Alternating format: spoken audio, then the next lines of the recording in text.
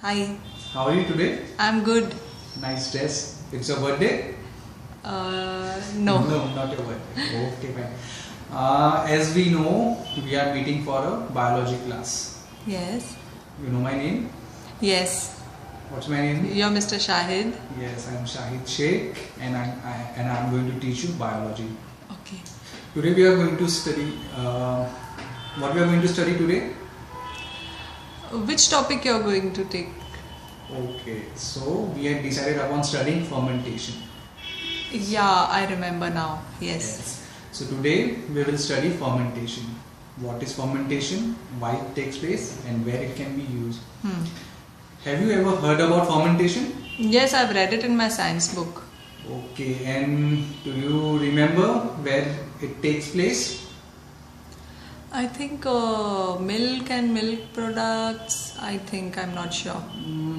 Somewhat, not exactly. In some not. Okay, I'll let you know where it takes place. First, I will go through what is fermentation. First, I'll explain what is fermentation. Fermentation is a process in which a substance, mostly sugar, is broken down into more simpler substance such as alcohol and carbon dioxide. Okay. Microorganisms like yeast carries out the process of fermentation. Do you know what are microorganisms? Yeah, those are small microorganisms which are present in Yes, food. they are very minute. tiny living beings which are present everywhere, which we cannot see with our naked eyes, and we need a microscope to see them. Okay. Okay. So it is present in our food also. Everywhere. Oh. But we cannot see it. We need a microscope to see it. Okay. Now let's continue with fermentation.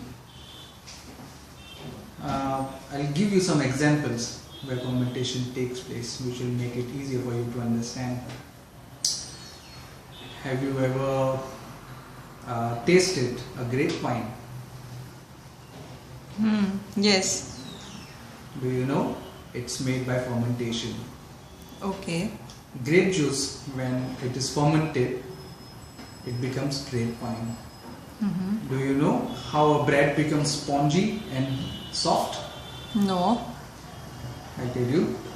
When yeast is added to a dough, the yeast microorganisms, it eats up all the sugar and gives out carbon dioxide and alcohol. And when this dough is baked, this carbon dioxide, it goes into the air, leaving behind bread soft and spongy.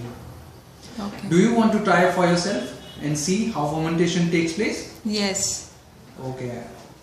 But before that, let me tell you, whenever you try anything for yourself, be with your parents. Okay. Okay. Now, it's a very simple experiment. I'll tell you, by which you can see the fermentation for yourself. Take a coffee mug, fill it half with water, add 2 teaspoons of sugar to it, and add half teaspoon of yeast to it. Okay. And then cover it, leave it in a clean, dry, warm place overnight. And when you wake up in the morning, just take that mug, smell it. You'll smell alcohol. That's fermentation. Oh, okay. So, so just let me know tomorrow how was your experiment and how was your experience with this experiment. Sure. I will definitely do it. Then until next class, have a good night's sleep. Bye. Thank you.